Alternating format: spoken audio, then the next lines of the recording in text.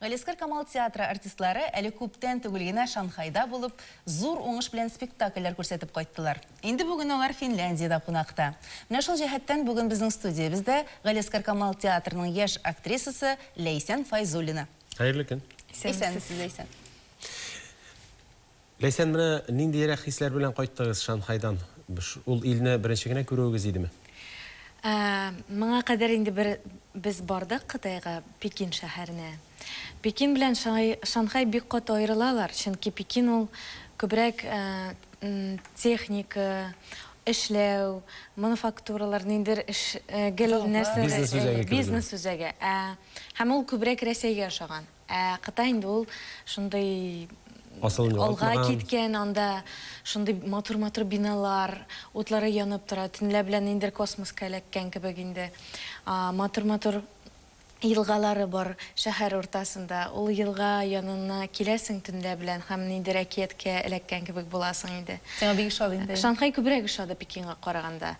Һәм Пекиннан без инде бераз шундый Кытайны яратмыйбыз дип кайткан идек. Шанхай инде безнең мөнәсәбәтебезне бөтенләй үзгәртте. Без хәзер бик яратабыз Кытайны, һәм тагын бер барырык дип кайттык, һәм спектакльне уйнаганнан соң тагын безнең обсуждение булды. Пекинда да булган, аларның традицияләре, спектакльдән соң калып, халык белән аралашу. Алар безгә сораулар бирделәр, без аларга җавап бирдек. Хәтта шундый сорау булды Фәрит абый Бикчәнтаевка: "Сез Кытай спектакле куя алыр идегезме?" дигән. Һәм Фәрит абый әйтте: "Без барысын да булдырабыз" диде. Менә Ләйсән, синең фикерләрең бик кызыклы. Башка актерларның фикерләре белән дә танышыйк әле, аннан соң әңгәмәбезне дәвам итәрбез. Ярар.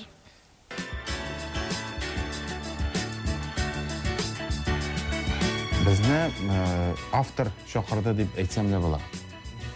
Автор чакырды. Без Будапештта күрә. Будапештта 1 апрельдә без күрсәттек бу спектакльне.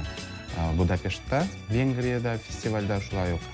Анда килде Йонфосы үзе һәм безнең спектакльгә зур бәя биреп, инде бу фестивальгә тәкъдим итте Шанхайга. Әлбәттә, дөнья күрү, чит илләргә чыгу рәхәт әйбер инде ул. Шуңа да карамастан туган җир сагындыра. Ул ничектер әйе кайтасы килә, анда бөтенләй аларның Кытайларның менталитетлары безнең татар халкы белән шул хәтлек аерылып тора, ничектер бөтенләй икенче халык, алар безнең өчен башка планета кешеләре сыман. Кешегә ул яңа җиргә, яңа шәһәргә бару, яңа әйбер алу кебек, яңа әйберне күргән кебек һәрвакыт бик кызык һәм мавыктыргыч. Монсы да шулай булды. Мин инде үзем икенче тапкыр түгел, беренче тапкыр Кытайда алсап әйтмешли.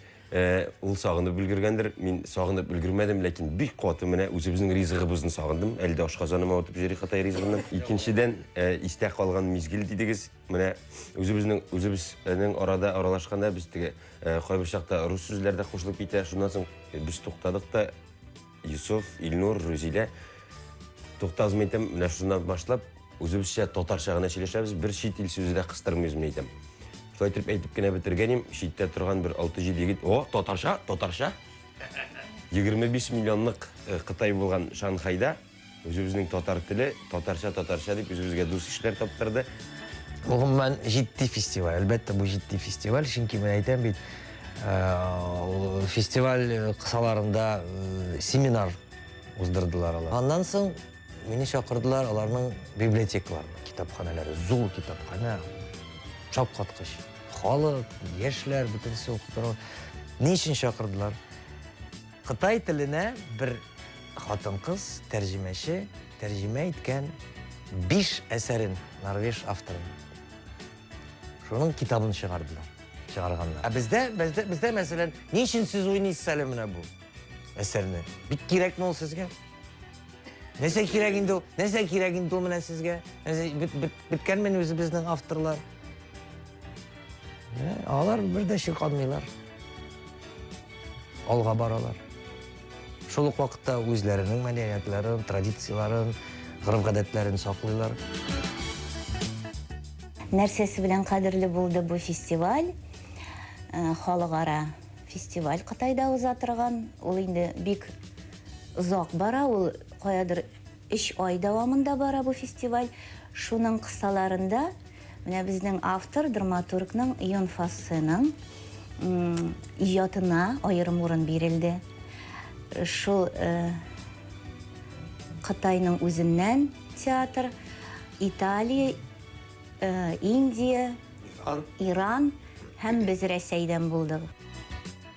Үз телебездә беркем дә белмәгән Кытайга, татарны белмәгән Кытайга үз телебездә аларга титр аша спектакльне аңларлык итеп эшебезне башкарып кайту, минемчә бу зур дәрәҗәдер дә театр өчен, милләтебез өчен.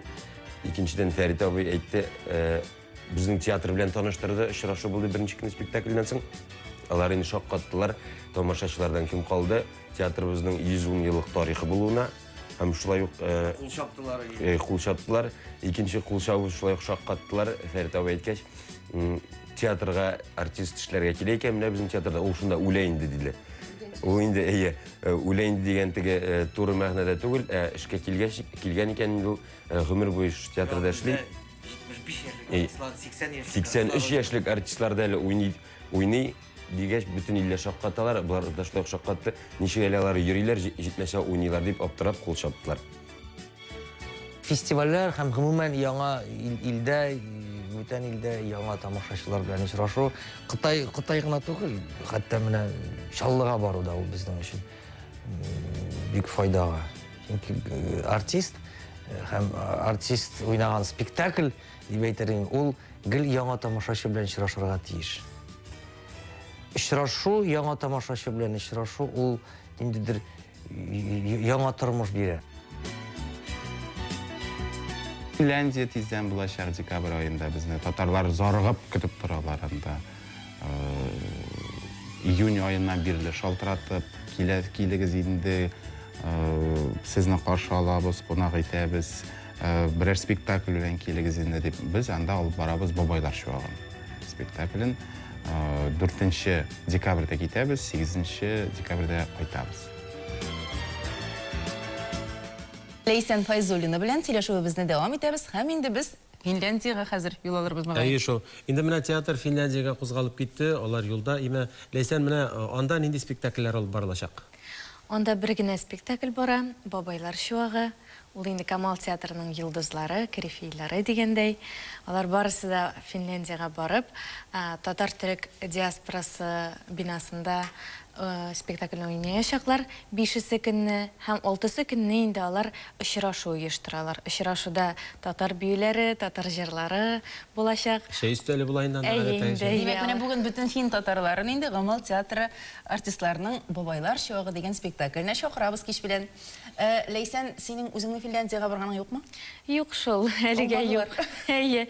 Ләкин мин әле өметемне өзмим дигәндәй, чөнки biz bit Finlandiyaga gil barıp turabız. 90-cı yıldan beri ул инде традицияга кирди. Шуңа күрә әле өмет үзелмәгән.